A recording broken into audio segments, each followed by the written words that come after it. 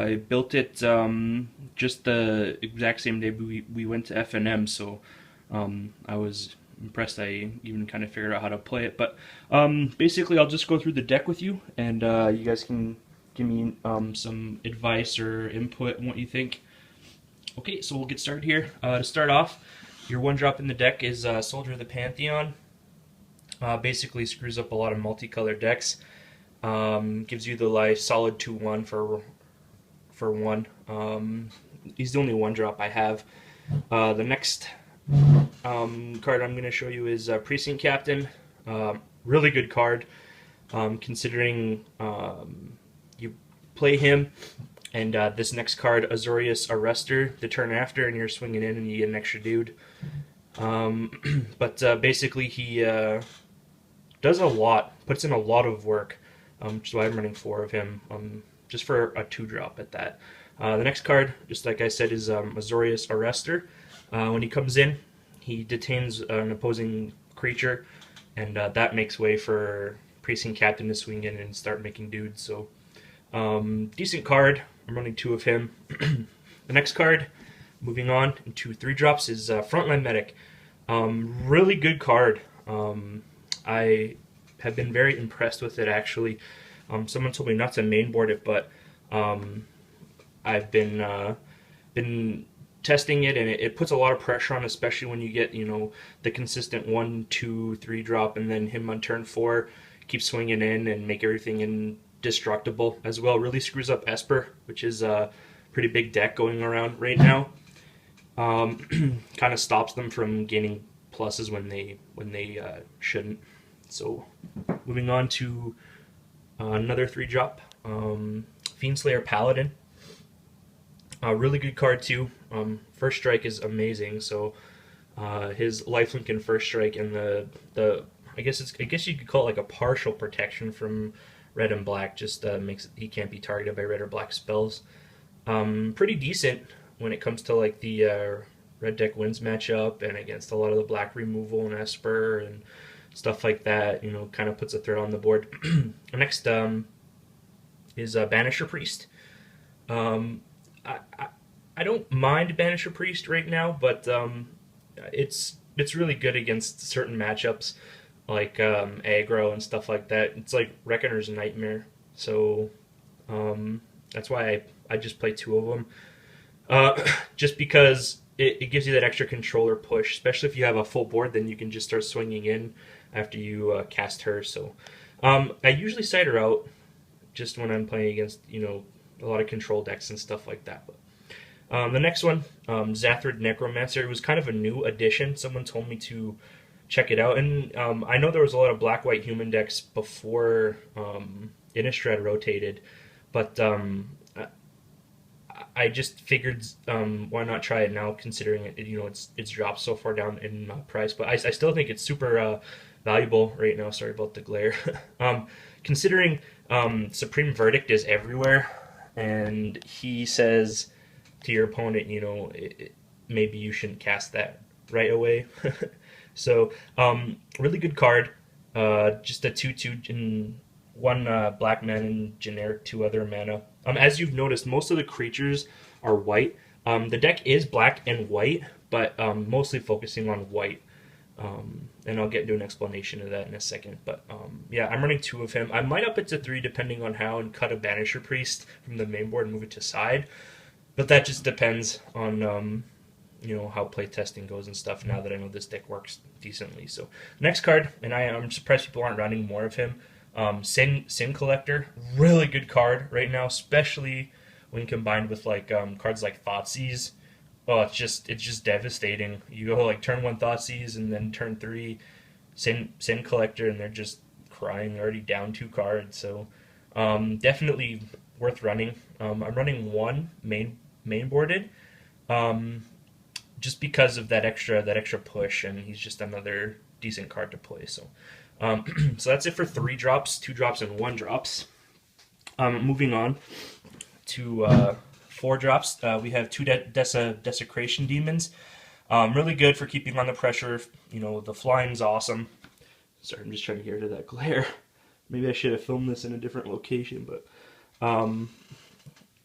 puts a lot of pressure on the opponent. Can make it so that they have to be tapped down, especially if you're playing a bunch of weenies. They're just swinging in and they're trying to keep this thing from hitting them. So decent. He is costly since the deck is mostly white. He does require 2 black mana, and sometimes I've noticed that was a problem. So I definitely wouldn't run more, I think, than 2, and especially in this deck. So another heavy hitter, Obsidian Ghost Council. Really good card.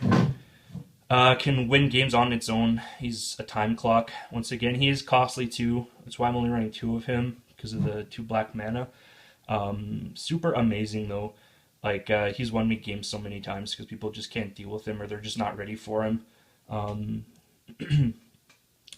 he just dings that opponent and gains you life back and stuff like that. So, but the MVP for creatures in my deck, definitely this one here, Blood Baron of Vizkopa.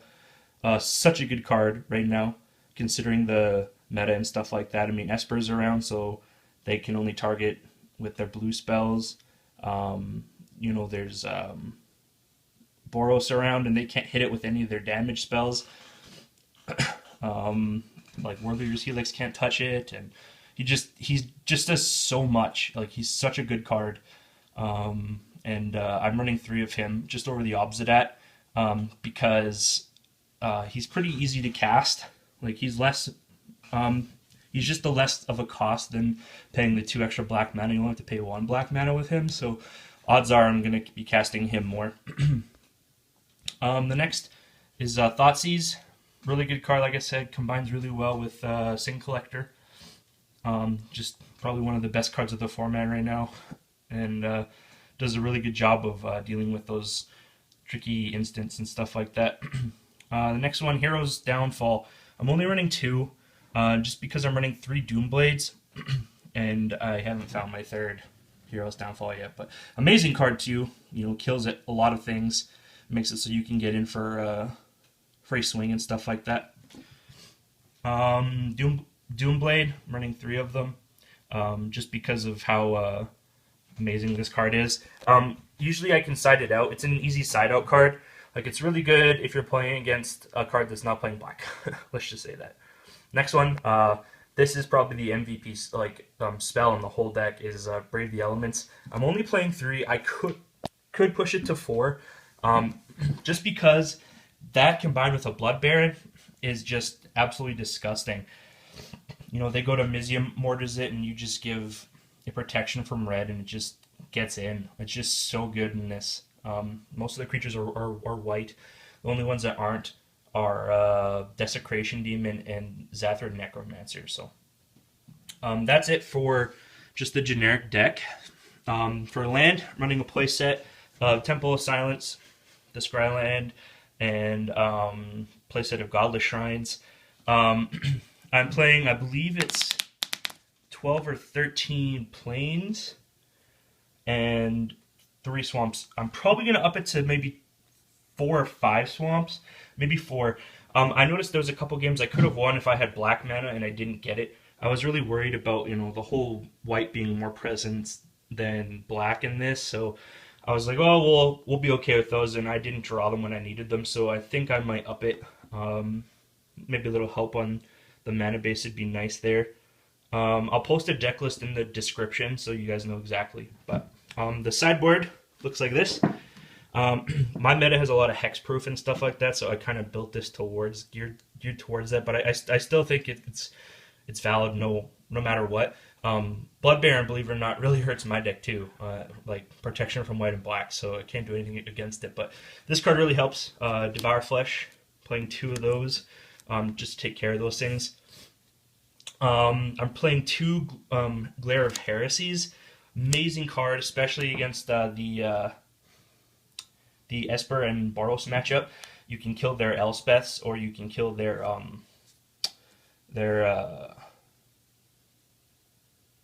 oh shoot, what is that card called? Assemble the Legions. Totally just blanked out there. Yeah, that card's a big nuisance for this deck because everything is so little. The Assemble the Legion just goes away, gets out of my face. Next, Lifebane Zombies. I'm playing 4, just because this hits a lot of stuff. A lot of stuff. Like, it can hit Esper, it hits all the, Gruul aggros and all the Green Devotions and red, or the, other white weenies and stuff like that. It just does a nice job of controlling that. As well, the Intimidate's really good too. So, next, Ultimate Price, just one of them. It's a pretty decent removal spell, so I just figured why not. A good card I've really noticed this format is Celestial Flare. Amazing. I've won games with this. Someone was kicking me down with a Rakdos Key Rune, and I made them Celestial Flare it away because I couldn't hit it with my Doomblade. So it was really good. It does a really good job. Glare of Heresy, or Gift of Orzovas. Sorry, this is for the red deck matchup. Or you put this on top of a Blood Baron, and then you're just kind of laughing. And the extra Sin Collector, just for the control matchup, makes it so I can get in early and stuff like that. And an interesting tech I threw in kind of the last minute was Agent of the Fates. I actually really like this card. I'm thinking of playing another one, maybe even mainboarded. But it only really goes off for the sacrifice if you have another card to target, or if you target it with another spell. But the Death Touch is just really good. Being 3/2, it kills a lot of stuff and makes them think twice about playing things. But the double black mana again, and just like I said. But other than that, that's the sideboard. So yeah, I went 4-1 at FNM with this. I played some pretty tough decks actually, and it proved fairly efficient. The sideboard worked really good considering people were throwing Elspeths at me left, right, and center, and it was just like Glare of Heresy, Hero's Downfall, just stuff like that. And I just thought it was a really interesting idea. Kind of got the idea from watching all the Boros decks and stuff like that. Just how all the humans are so aggro-ish, and I decided maybe throw in the really good black creatures such as Blood Baron and Obsidat. It's because Blood Baron is so good right now. I don't know. I just feel like decks should be running him. I might even throw in another one. Just depends on how I feel and stuff like that. But yeah, anyway, give me a idea of what you guys think of the deck. Like, comment, and subscribe. Definitely like to get those likes. Anyway, thanks guys. Talk to you later. Bye.